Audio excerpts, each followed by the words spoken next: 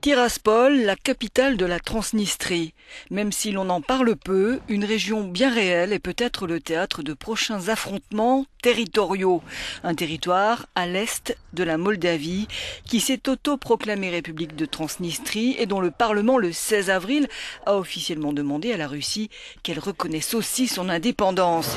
En pleine crise de Crimée, réponse le lendemain de Vladimir Poutine.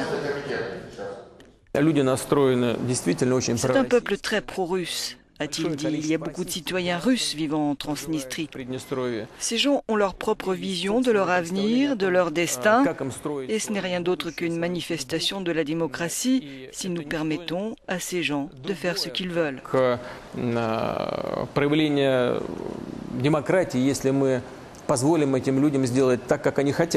La République moldave du Dniestre, son nom officiel, est autoproclamée en 1990. Depuis, elle n'a jamais été reconnue internationalement, sauf par l'Ossétie du Sud et l'Abkhazie elle-même, autoproclamée.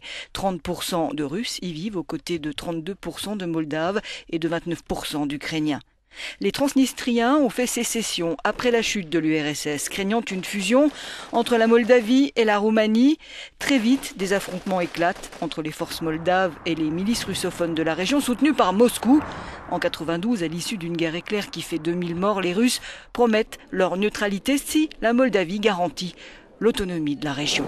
Mais la population s'entête. En 2006, Tiraspol demande par référendum son rattachement à la Russie. 97% des votants se prononcent pour. La Russie, dans le contexte actuel, restera-t-elle neutre? Les Européens s'inquiètent d'un possible coup de force russe là-bas, d'autant que la Moldavie a signé un accord d'association en novembre dernier avec l'Union européenne, dont le but est d'intégrer progressivement le pays au marché intérieur de l'UE. Par la voix du vice-premier ministre Dmitri Rogozin, Moscou avait alors conclu « Le train de la Moldavie vers l'Europe perdra ses wagons en Transnistrie ».